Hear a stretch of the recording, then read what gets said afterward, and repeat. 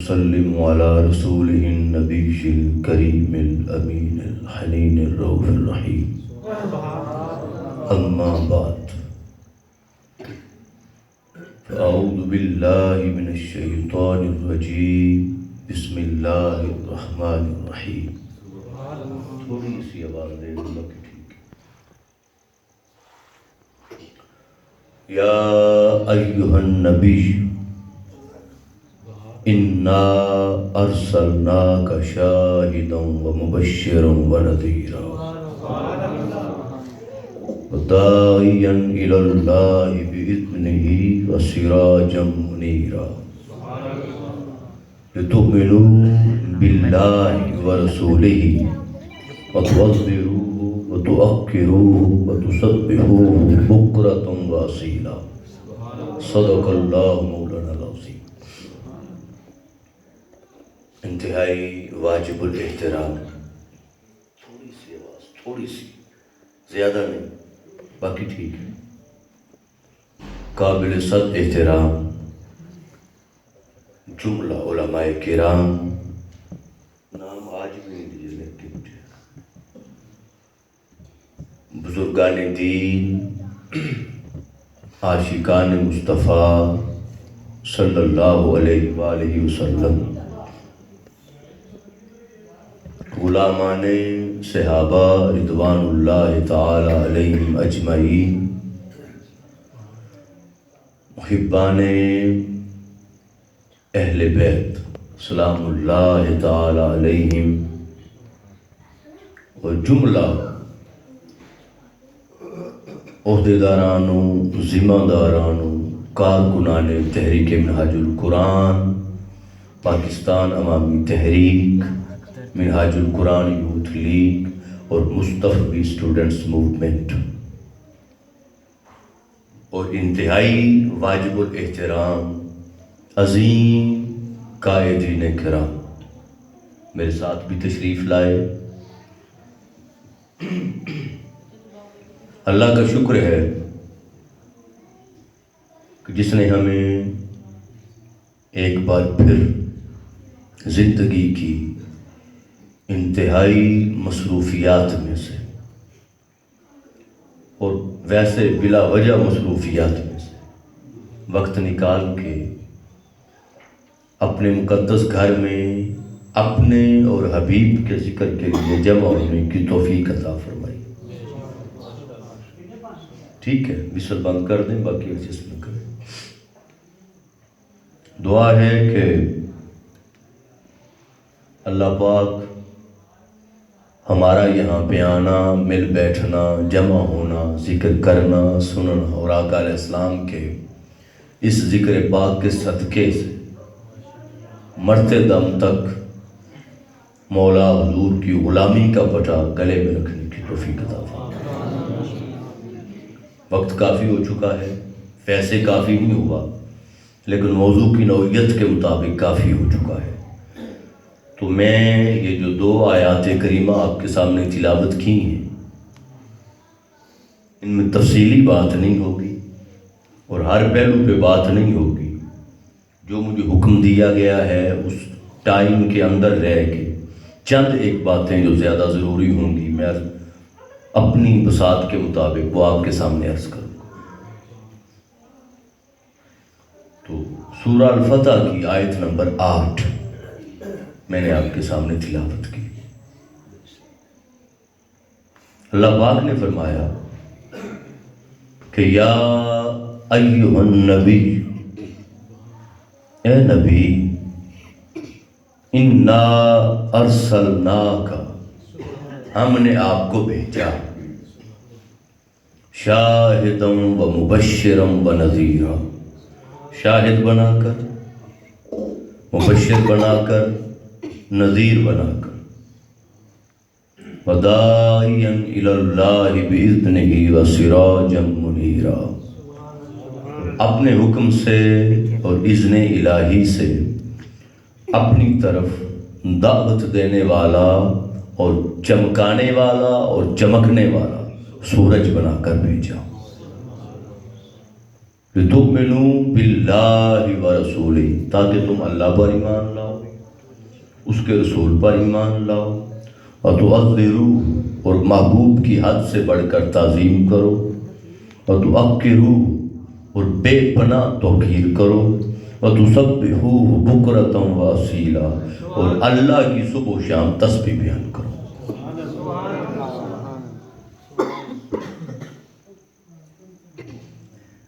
اب میں ابتدا ترجمہ میں نے عرض کر دیا، اللہ پاک نے محبوب کو خطاب کرتے ہوئے اور ہمیں حضور کی عظمت و شان بتاتے ہوئے فرمایا کہ یا ایھا النبی، اے نبی، انا ارسلناک، ہم نے آپ کو بھیجا۔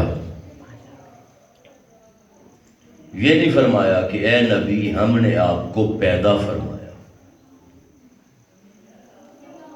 جب یہ بات کی جائے کہ ہم نے آپ کو بھیجا تو مطلب یہ ہے کہ جس کو بھیجا جاتا ہے وہ پہلے سے موجود ہوتا ہے۔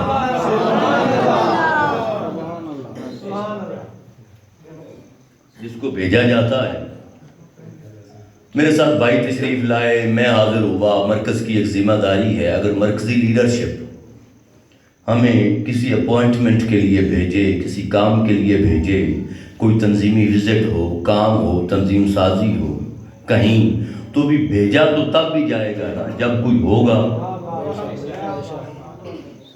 کوئی ہوگا، ایک بات ہوگا بھی، اور دوسری بات کوئی مرکز پہ ذمہ داری پہ ہوگا تب اسے بھیجا جائے گا۔ عام بندے کو نیچے سے اٹھا کے نہیں بھیجا جاتا، وجود بھی ہے مگر ذمہ داری نہیں ہے، منصب نہیں ہے، تو مرکز نہیں بھیجتا، ٹھیک ہے لوکل سطح پہ کام ہوتے رہتے ہیں، بندہ شریک رہتا، مرکز اسے بھیجے گا، یعنی ہیڈ آفس، سربراہ، بڑا اسے بھیجے گا جو ہوگا بھی اور ذمہ داری پر بھی ہوگا۔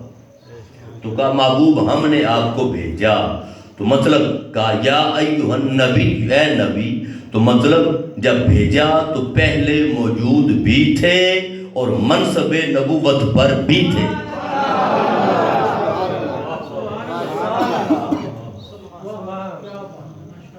موجود بھی تھے اور منصب نبوت پر بھی تھے۔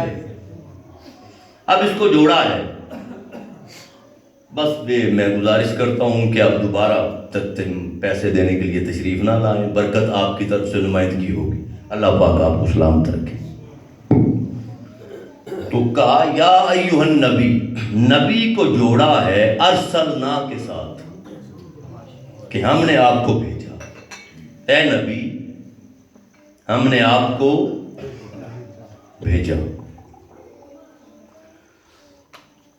اب زیادہ تفصیل میں گئے بغیر میں اتنی بات عرض کر دیتا ہوں کہ جب آقا علیہ السلام کو اللہ پاک نے بھیجا ہے تو پھر محبوب کب سے ہیں اور منصب نبوت کب سے ہے؟ کیا جب محبوب کو پیدا کیا یہاں بھیجنے سے پہلے جب محبوب کی تخلیق فرمائی تو کیا کچھ اور بھی تھا؟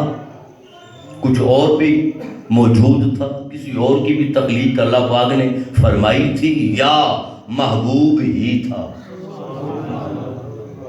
اس پر نبوت کے حوالے سے صحابی نے سوال کیا آقا علیہ السلام سے، عرض کیا آقا متا وجبت لک النبوہ، حضور آپ کو نبوت کب ملی؟ آپ کو نبوت کب ملی؟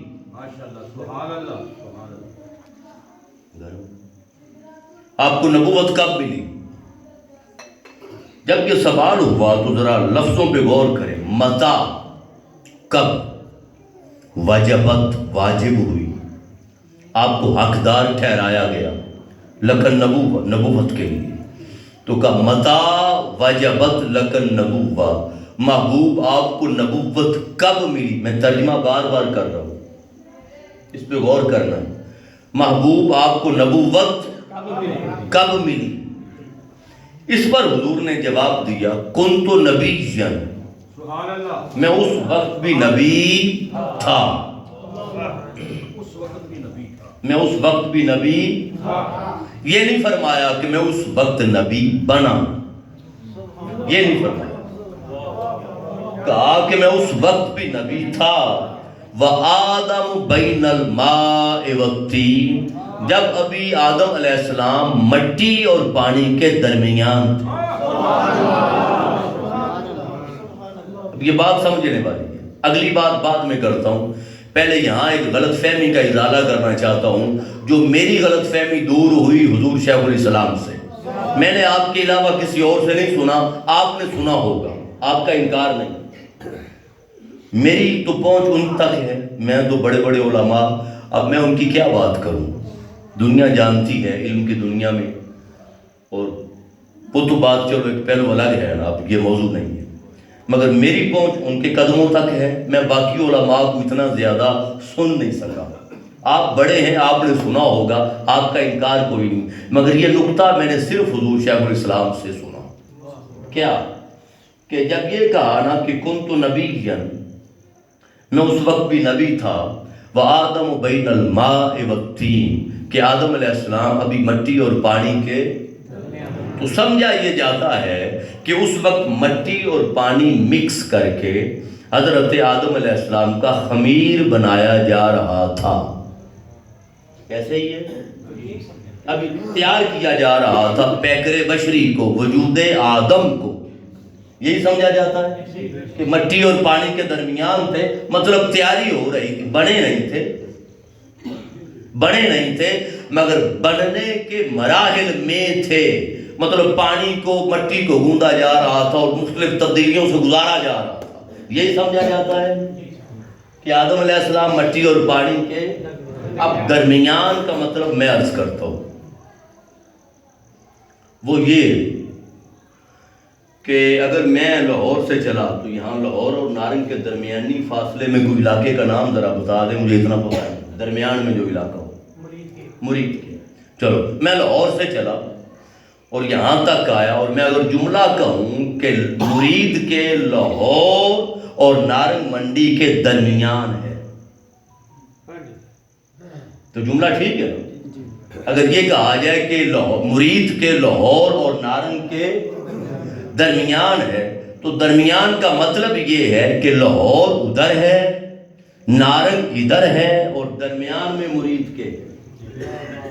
مرید کے کا تعلق نہ لاہور کے ساتھ ہے اور مرید کے کا تعلق نہ نارنگ کے ساتھ ہے، نارنگ الگ ہے، لاہور الگ ہے، اور درمیان میں مرید کے ہے، تو مطلب یہ ہے کہ میں اس وقت بھی نبی تھا جب آدم علیہ السلام مٹی اور پانی کے درمیان تھے، مطلب مٹی جدا تھی، پانی جدا تھا،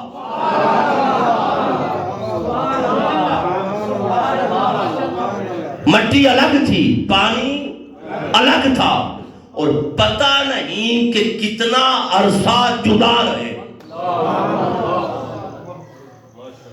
کتنا عرصہ الگ رہے، جب یہ بات کر دی کہ میں اس وقت بھی نبی تھا جب آدم علیہ السلام مٹی اور پانی کے درمیان تھے تو جدا رہے، تو ایک وقت گزرا جب مٹی اور پانی جدا تھے، پھر جب مٹی اور پانی بنے، مٹی اور پانی ملے، اور مل کے جب وجود آدم علیہ السلام بنا اور پیکر بشری کو بنایا گیا، تو پھر حضور نے فرمایا کہ کنت نبیا وآدم بین الروح والجسد، میں اس وقت بھی نبی تھا جب آدم علیہ السلام روح اور وجود کے درمیان تھے، تو پہلے مٹی جدا تھی، پانی جدا تھا، جب وجود بن گیا تو روح جدا تھی، وجود جدا تھا،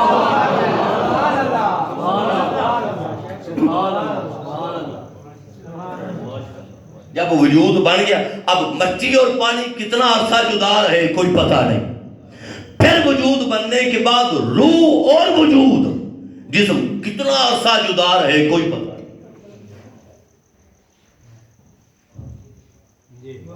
کوئی پتہ نہیں، تو کہا میں اس وقت بھی نبی تھا جب آدم علیہ السلام مٹی اور پانی کے درمیان۔ ایک بات اب تھوڑا آگے چلتے ہیں، وہ یہ کہ صحابی نے پوچھا تھا کہ حضور آپ نبی کب بنے، ٹھیک ہے، وقت پوچھا، حضور نے وقت نہیں بتایا، حضور نے واقعہ بتایا. یعنی وقت نہیں بتایا. حضور نے فرمایا میں اس وقت بھی نبی تھا جب آدم علیہ السلام مٹی اور پانی کے درمیان، میں حاضر ہوا. ساجد بھائی تشریف لائے، میرے ساتھ دوست تشریف لائے، بھائی مرکزی قائدی تشریف لائے. اگر آپ ہم سے سوال کریں کہ آپ کب آئے، آپ تو ثناخانی مثال کے طور پہ ہوئی مسجد میں، تو میں آپ کو جواب دوں میں اس وقت آیا جب ناز پڑھی جا رہی تھی. اگر ثناخانی ہو رہی تھی تو جواب تو غلط نہیں، جواب تو ٹھیک ہے، مگر اس پر ایک اور سوال بنے گا، اچھا نعت کون سی تھی؟ سوال بن سکتا ہے یا نہیں؟ ٹھیک ہے کہ فلاں نعت کے مصرے تھے، فلاں نعت تھی. پھر سوال بنے گا اچھا پڑھ کون رہا تھا؟ فلاں پڑھ رہا تھا. اچھا کل کتنی نعتیں ہوئی؟ یہ سوالات جنم لے سکتے ہیں یا نہیں؟ اور اگر میں اتنا ہی بتا دوں کہ میں 9:15 بجے آیا تو کسی سوال کی ضرورت ہے؟ یا میں 9 بجے آیا، ہم 9 بجے آئے، تو جب وقت بتا دیا تو مزید کوئی سوال کرنے کی ضرورت نہیں ہے. صحابی نے پوچھا حضور آپ نبی کب بنے؟ وقت پوچھا، حضور نے وقت نہیں بتایا، واقعہ بتایا. عرض کیا آقا میں نے وقت پوچھا ہے، آپ نے واقعہ بتایا ہے. فرمایا پگلے وقت تو تب بتاتا اگر وقت ہوتا.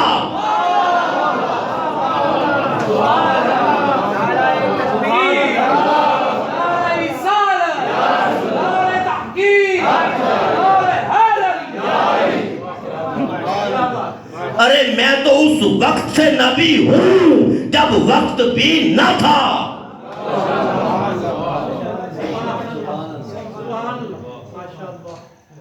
جب وقت بھی نہ تھا. وقت بنا سورج کے راستوں پر، وقت بنا سورج کی پیدائش پر. آج بھی اوقات کو گھڑی کے مطابق نہیں دیکھا جاتا، گھڑی کو سورج کے مطابق ایڈجسٹ کیا جاتا ہے. مثلا سردی میں نمازوں کا وقت اور ہے، گرمی میں نمازوں کا وقت اور ہے. لہذا گھڑی سہولت کے لیے ہے، مگر نمازوں کے اوقات سورج کے طلوع اور غروب پر ہیں. تو وقت اس وقت بنا جب سورج بنا. اور یہ سورج کہاں تھا؟ سب سے پہلے اللہ پاک نے قلم کو پیدا کیا، اور جب اول ما خلق اللہ القلم، سب سے پہلے مخلوق میں اللہ پاک نے مخلوق میں قلم کو پیدا کیا. مگر جب قلم کو پیدا کیا تو اللہ پاک نے قلم کو پیدا کرنے کے بعد جو پہلا فرمان جاری کیا، اللہ پاک نے فرمایا اے قلم اکتب، لکھ ما کانا، جو تجھ سے پہلے ہو چکا، جو تجھ سے پہلے ہو چکا. ارے اللہ تو ہوتا نہیں، اللہ ہوتا نہیں، اللہ پیدا نہیں ہوتا، اللہ وجود میں نہیں آتا، نہ اس کی پیدائش نہ اس کی وفات، وہ ازل سے ہے ابد تک ہے. جب اللہ پیدا نہیں ہوتا تو پھر قلم سے پہلے کیا ہو چکا؟ تو پھر قلم سے پہلے ہو کیا چکا تھا؟ تو جو ہو چکا تھا وہ ایک ہی تھا، وہ ذات مصطفیٰ تھی صلی اللہ علیہ وآلہ وسلم. تو جب کچھ نہ تھا تو دو تھے، ایک ذات خدا، دوسری ذات مصطفیٰ صلی اللہ علیہ وآلہ. ایک ذات خدا.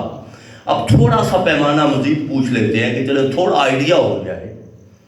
آقا علیہ السلام نے فرمایا اے جبریل کم عمرت من السنین، اے جبریل تیری عمر کتنی ہے؟ اس نے کہا ما علمت بھی، حضور نہیں جانتا. اب اگر اس کا معنی یہ کیا جائے کہ نہیں جانتا، کہ جبریل بھول گیا تھا، تو جو اتنا بھلکڑ تھا اس کو قرآن دے کے بھیجنا تھا. ہم لوگ جو بیٹھے ہوئے ہیں جس کا نام ہی انسان رکھا، بھولنے والا. ہم لوگ، ہمارا حافظہ اور یادداشت اتنی ہے کہ ہمیں اپنی ولادت کا پتہ ہوتا ہے، ولادت کے دن کا پتہ ہوتا ہے، وقت کا، سال کا، مہینے کا، اور ہر سال ہم اپنی سالگرہ کو سیلیبریٹ کرتے ہیں یا نہیں؟ ہمیں تو پتا ہے، جبریل کو یاد ہی نہیں تھا۔ تو وجہ کیا تھی؟ وجہ یہ تھی کہ جبریل حضور کے سامنے اپنا علم کا اظہار نہیں کرنا چاہتا تھا۔ عرض کیا آقا میں کون ہوتا ہوں آپ کو بتانے والا؟ آپ تو سب جانتے ہیں، آپ تو سب جانتے ہیں۔ اور یہ بات کر کے آگے بات کی، ہاں اتنا حضور یاد ہے، اتنا جانتا ہوں کہ چوتھے پردہ حجاب میں نے ایک ستارہ دیکھا ہے جو طلوع ہوتا ہے، 70,000 سال کے بعد ایک دفعہ طلوع ہوتا ہے، اور میں اسے 72,000 دفعہ دیکھ چکا ہوں۔ 70,000 کا بھی پتا ہے جبریل کو، اور 72,000 کا بھی پتا ہے، اور اپنی عمر کا نہیں پتا۔ ادب تھا حضور کے سامنے، اپنے علم کی شیخی نہیں بگاڑنا چاہتا تھا، تو اس نے کہا حضور 70,000 سال کے بعد ایک دفعہ طلوع ہوتا ہے، اور میں اسے 72,000 دفعہ دیکھ چکا ہوں۔ جب اس نے یہ عرض کیا، حضور نے فرمایا جبریل قسم ہے اس ذات کی جس کے قبضہ قدرت میں میری جان ہے، وہ ستارہ جو تو 70,000 سال کے بعد ایک دفعہ اور 72,000 دفعہ دیکھ چکا ہے، انا ذالک الکوکب، خدا کی قسم وہ ستارہ میں ہوں، وہ ستارہ میں ہوں۔ اور یہ جو فگر ہے نا کہ 70,000 سال کے بعد طلوع ہوتا ہے اور 72,000 دفعہ میں دیکھ چکا ہوں، یہ فگر وہ ہے جب سے جبریل نے دیکھنا شروع کیا۔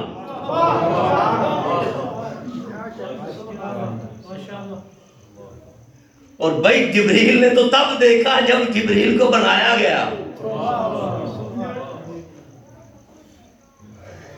یہ تعداد اس وقت ہے جب سے جبریل امین نے دیکھنا شروع کیا، پہلے پتہ نہیں کب سے۔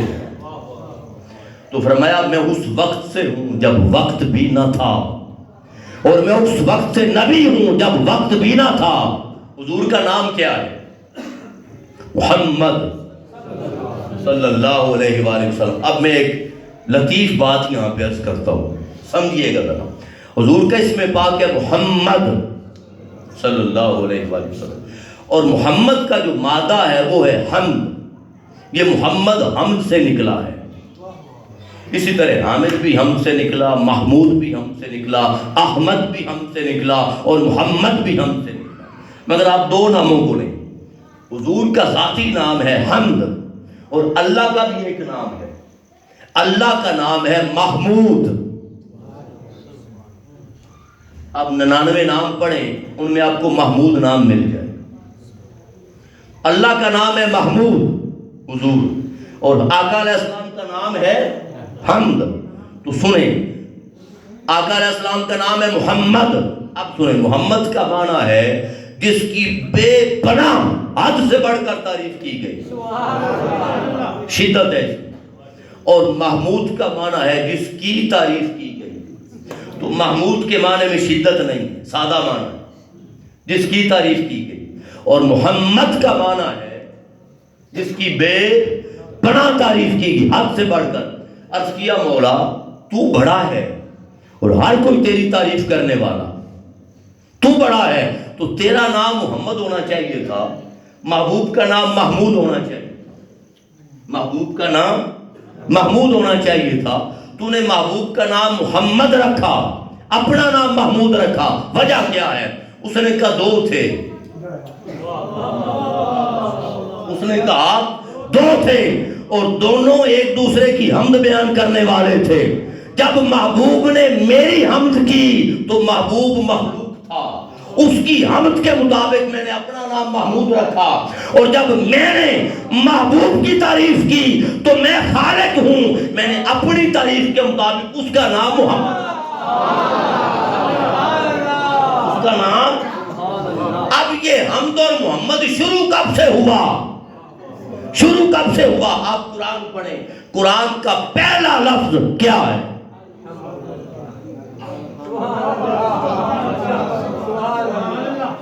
قرآن کا پہلا لفظ کیا ہے؟ الحمدللہ رب العالمین ترجمہ کیا جاتا ہے. پہلی بات تو یہ کہ تمام تعریفیں اس اللہ کے لیے ہیں جو عالمین کا رب ہے. مگر سنیں حمد کا اصل معنی یہ مرادی معنی ہے تعریف. اور حمد جب اللہ پاک نے کی تو حمد سے محمد بنا تو معنی حقیقی یہ بنے گا کہ مصطفیٰ تو ہیں ہی اللہ کے لیے, محبوب تو ہیں. اب محبوب اللہ کے لیے ہے اور کل کائنات محبوب کے لیے ہے. مگر جو بات میں عرض کرنا چاہتا ہوں, جب پہلا لفظ, پہلا حرف اور پہلی تعریف زبان خدا سے نکلی تو حمد ٹھہری, اور حمد قرآن کا پہلا لفظ ہے تو کائنات میں پہلا لفظ حمد ہے, اور کائنات کی پہلی ذات ذات مصطفیٰ ہے.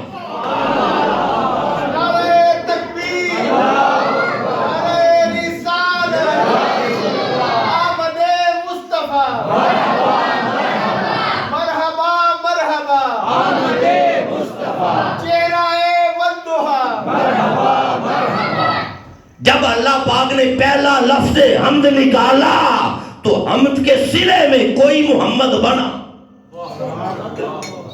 حمد کے نتیجے میں کوئی محمد بنا. تو چونکہ حمد اس وقت سے ہے جب کچھ نہ تھا, تو جب حمد ہے تو محمد بھی ہے.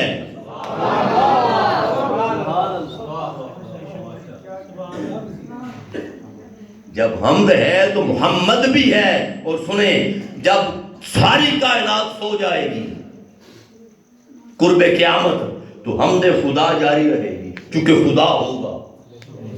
تو جب حمد خدا ہوگی تو محمد بھی ہوگا. تو محمد مصطفیٰ کائنات سے پہلے بھی ہے, کائنات کے بعد بھی ہے.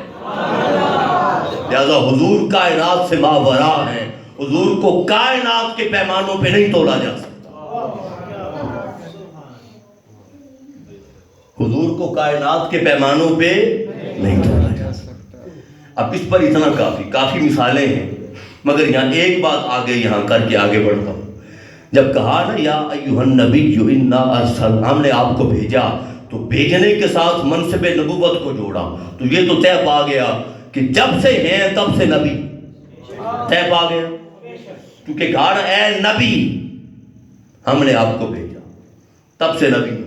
اور یہ اصول کائنات کا یاد رکھ لیں, اور یہ اصول کہ جو اول ہو وہی آخر ہوتا ہے, جو ابتدا ہو وہی انتہا ہوتی ہے. سوئی شروع ہوتی ہے 12 بجے سے, دائرہ مکمل نہیں ہوتا جب تک 12 بجے پہ آ نہ جائے. آپ کو سادہ سی مثال دے دیتا ہوں. آپ آم کھاتے ہیں مثال کے طور پہ. اب آپ آم کا درخت اگر بوئیں, جب آپ زمین پہ بوئیں گے تو کیا بوئیں گے؟ آم کی گٹھلی بوئیں گے. گٹھلی بوئیں گے, وہ پھٹے گی تو کومپل نکلے گی, شگوفہ کومپل نکلے گی, زمین کو پھاڑے گی. جب بڑا ہوتا تنا بنے گا, درخت بنے گا. پھر درخت پہ شاخیں لگیں گی, شاخوں پہ پھول آئیں گے, پھولوں پہ پھل آئیں گے.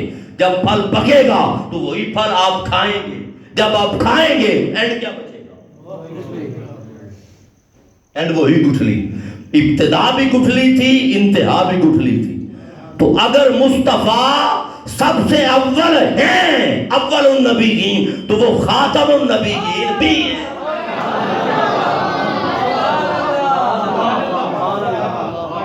کیونکہ جو ابتدا ہے وہی انتہا ہے, جو پہلے ہے وہی آخر ہے. اول آخر, وہی اول ہے وہی آخر ہے. تو چونکہ سب سے پہلے ہیں لہذا سب سے آخر بھی وہی ہے. سب سے آخر بھی وہی ہے. تو فرمایا یا ایھا النبی, اے نبی ہم نے آپ کو بھیجا کیا بنا کر؟ شاہدا و مبشرا و نذیرا. نعرہ تکبیر, نعرہ رسالت. اب تھوڑی لفظ شاہد پہ بات کرتے ہیں اور آگے بڑھتے ہیں. کل تھوڑی میں نے بات کی تھی. شاہدا و مبشرا و نذیرا, ہم نے آپ کو گواہ بنا کر بھیجا، دیکھنے والا بنا کر بھیجا۔ شاہد کہتے ہیں دیکھنے والے کو، اسی سے شہید ہے۔ شہید کو شہید اسی لیے کہتے ہیں کہ جب گردن پہ تلوار چلتی ہے یا گولی چلتی ہے تو خون کا پہلا قطرہ زمین پر گرنے سے پہلے اس کو اللہ کا دیدار نصیب ہو جاتا ہے۔ پردے اٹھا دیے جاتے ہیں، پردے، تو وہ اللہ کے جلوے کو دیکھنے والا ہوتا ہے، اسی لیے اسے شہید کہا۔ اسی سے شاہد ہے، شاہد یشد، اسی سے شاہد ہے، دیکھنے والا، گواہ۔ ٹھیک ہے، تو پھر گواہ کس کا ہے؟ پھر گواہ کس کا؟ اب میں 3 شانیں ہیں شان شاہدیت میں، اس پر آتا ہوں۔ پہلے چند باتیں کل والی کہہ، وہ یہ چلے 3 شانیں ہیں۔ پہلی شان مخلوق پر شاہد، مخلوق پر گواہ، مخلوق پر گواہ۔ دوسری شان انبیاء پر گواہ، اور تیسری شان آقا علیہ السلام کی خدا پر گواہ، اللہ پر گواہ۔ مخلوق پر گواہ کہ مخلوق کے احوال کو جانتے ہیں، مخلوق میں موجود ہیں، مخلوق کے احوال کی خبر ہے، اور خبر بھی ہے اور مخلوق کی مدد بھی کرتے ہیں، مخلوق کی مدد بھی کرتے۔ آقا علیہ السلام جا رہے تھے، مدینہ کے قبرستان سے گزرے، 2 قبروں میں عذاب ہو رہا تھا۔ آقا علیہ السلام نے دیکھا، جب حضور نے دیکھا تو صحابہ کو بتایا کہ اے صحابہ، ان 2 قبروں میں عذاب ہو رہا ہے۔ ان کے حال کو دیکھا، ان کے اندر کی عذاب کی کیفیت کو دیکھا، اور یہ ذہن میں رکھ لیں، یہ جو قبر کا عذاب ہے یہ کیفیت ہے، ایسا نہیں ہے کہ جہنم کو اٹھا کے قبر پہ رکھ دی، یہ کیفیت ہے۔ اوپر نیچے دائیں بائیں آگے پیچھے جو آگ کی بات کی جاتی ہے نا، جہنم کی، تو یہ کیفیت ہے جو عذاب کی شکل میں آتی ہے۔ اور وہ جو کیفیت تھی قبر میں، آقا علیہ السلام نے اس کا مشاہدہ کیا۔ مشاہدہ کر کے حضور نے صحابہ کو بتایا کہ یہ جو عذاب ہو رہا ہے یہ کسی بڑی وجہ سے نہیں ہو رہا۔ ان میں سے ایک چغلی کھاتا تھا، چغل خور تھا، اور دوسرا جب پیشاب کرتا تو اپنے لباس کا خیال نہیں رکھتا تھا، لباس کا خیال نہیں رکھتا اور طہارت کا خیال نہیں رکھتا تھا۔ ان کے ماضی کو دیکھا، قبر کے حال کو بھی دیکھا، ان کے ماضی کو بھی دیکھا، اور ماضی کو دیکھ کر پھر آقا علیہ السلام نے درخت کی ٹہنی توڑی، اس کے 2 ٹکڑے کیے اور 2 ٹکڑے کر کے قبر پہ رکھ دیے، اس قبر پہ، اس قبر پہ، اور صحابہ کو فرمایا کہ درخت جو تر و تازہ، سرسبز و شاداب، ہرا بھرا جو درخت ہوتا ہے وہ اللہ کی حمد و ثنا بیان کرتا ہے۔ یہ ٹہنیاں جب تک تر رہیں گی اللہ کی ثنا بیان کرتی رہیں گی، اور قبروں سے عذاب میں کمی ہوتی رہے گی۔ تو قبر کے احوال کا بھی مشاہدہ کیا، ان کے ماضی کے احوال کا بھی مشاہدہ کیا، اور ماضی کے احوال کا مشاہدہ کر کے پھر ان کی مدد بھی کی اور ان کے عذاب میں کمی کی۔ تو پہلی شان تاجدار کائنات کی شان شاہدیت وہ امت پر ہے۔ وَكَذَلِكَ جَعَلْنَاكُمْ أُمَّةً وَسَطًا لِتَكُونُوا شُهَدَاءَ عَلَى النَّاسِ وَيَكُونَ الرَّسُولُ عَلَيْكُمْ شَهِيدًا۔ رسول تم پر گواہ ہوگا، رسول تم پر گواہ ہوگا۔ تو امت پر گواہی مصطفیٰ کی، اور یہ بھی میں اعزاز امت مصطفیٰ ہے۔ جب قیامت والے دن مختلف انبیاء کو امتیں جھٹلا دیں گی، عیسیٰ علیہ السلام کے بارے میں ان کی قوم کہے گی کہ انہوں نے پیغام نہیں پہنچایا تھا، تو جب عیسیٰ علیہ السلام کا انکار ہو گیا تو کوئی گواہ لایا جائے گا کہ ہاں بھی بتاؤ کہ عیسیٰ علیہ السلام نے پیغام توحید پہنچایا تھا یا نہیں پہنچایا تھا۔ گواہ لایا، امت نے تو انکار کر دیا، اب اللہ پاک اس بات پر فیصلہ نہیں کرے گا کہ میرا نبی کہہ رہا ہے، اس نے گواہی لے گی، گواہی لے گا۔ تو جب انبیاء پر گواہی آئے گی تو مصطفیٰ کی نہیں آئے گی، انبیاء پر گواہی امت مصطفیٰ کی آئے گی۔ امت مصطفیٰ سے پوچھا جائے گا کہ تم بتاؤ کہ انبیاء ٹھیک کہہ رہے ہیں یا نہیں، اور امت مصطفیٰ انبیاء پر قیامت والے دن گواہی دے گی، اور پھر امت مصطفیٰ پر وَيَكُونَ الرَّسُولُ عَلَيْكُمْ شَهِيدًا، اور رسول کی تائیدار کائنات کی گواہی امت پر ہوگی۔ تو انبیاء کی گواہی امت مصطفیٰ نے دی، اور امت کی گواہی مصطفیٰ نے دی کہ مولا میری امت سچ کہہ رہی ہے۔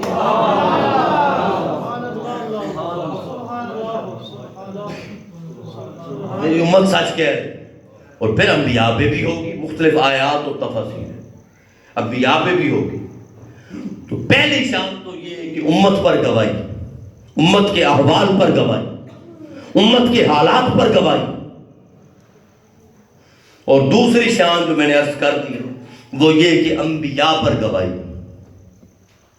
اور تیسری شان ذات خدا پر گواہی۔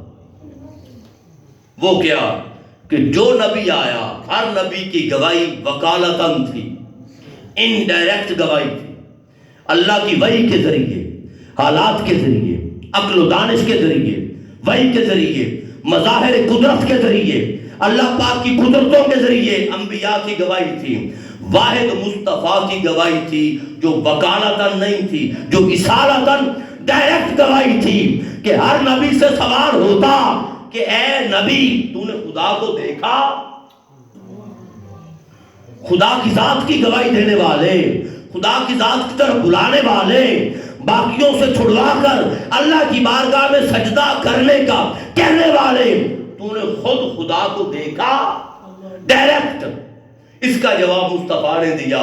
شب معراج جب اللہ پاک نے مصطفیٰ کو اپنے پاس بلایا، تو جب مصطفیٰ آ گئے تو گواہی مکمل ہو گئی۔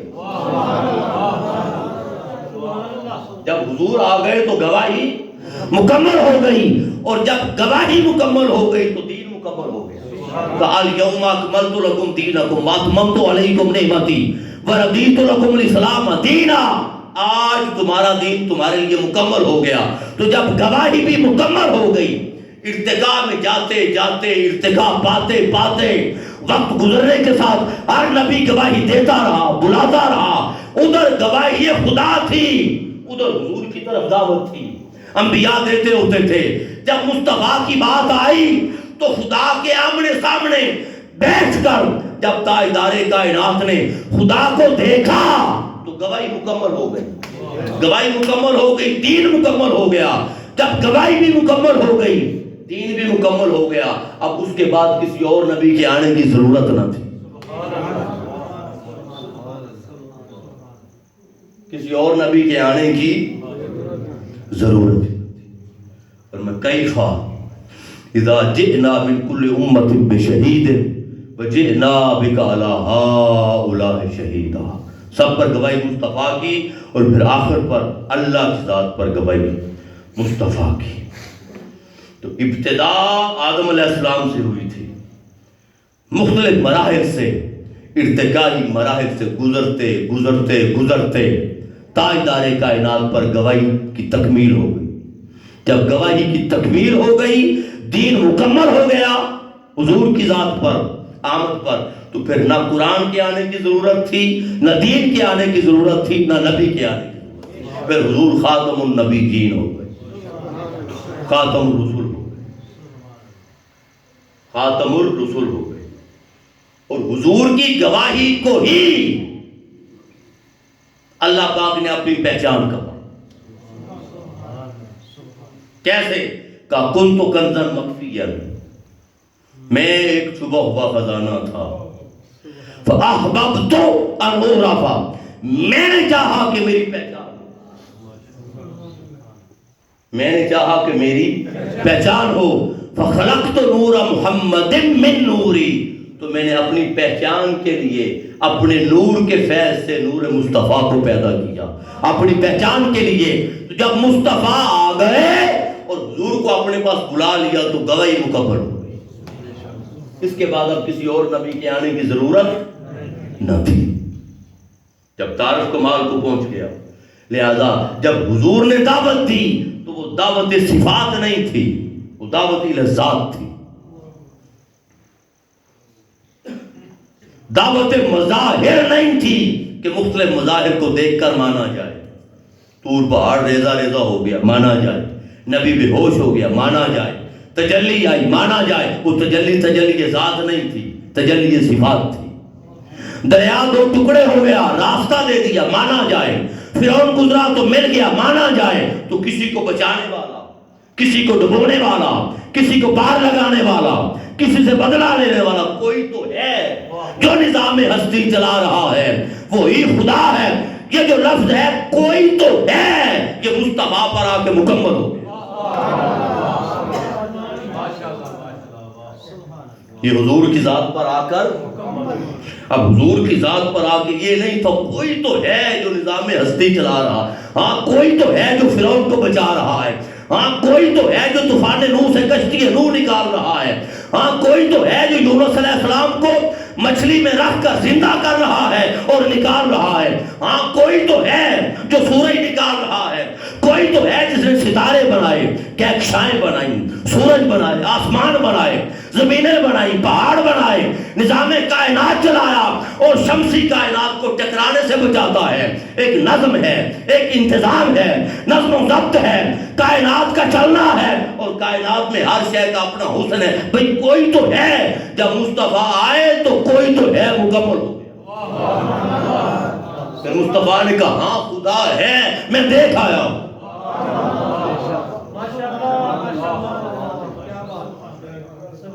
ہاں خدا ہے، میں دیکھ آیا ہوں۔ اور یہاں تک صرف نہیں کہا، یہاں تک نہیں کہا من رآنی فقد رأى الحق۔ آپ کسی کی خواہش ہو کہ چلو کوئی پوچھنا چاہے کہ تو آپ دیکھ آئے ہیں، ہمیں بھی دکھا دے۔ کوئی پوچھنا چاہے کہ آپ دیکھ آئے ہیں، ہم کیسے یقین کریں؟ دیکھا آپ نے ہے، آپ دیکھ آئے ہیں۔ اس نے خدا کیا ہے؟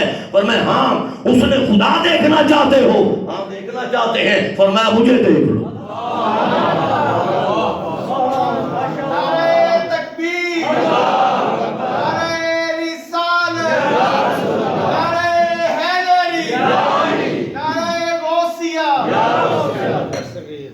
بھی دیکھیں جب دعوت توحید دی تھی نا کوئی صفحہ پر، اب بات کو سمجھیے گا، کوئی صفحہ پر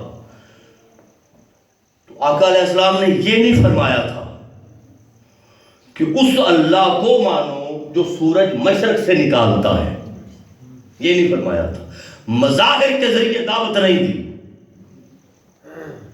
اس اللہ کو مانو جس نے اتنے بڑے پہاڑ پیدا کر دیے، یہ نہیں کہا۔ اس اللہ کو مانو جس نے سمندر چلا دیے، نہیں کہا۔ یہ کہا کہ اگر میں تمہیں کہوں کہ پہاڑی کے پیچھے سے لشکر آ رہا ہے تو میرے کہنے پر بن دیکھے لشکر مان لو گے؟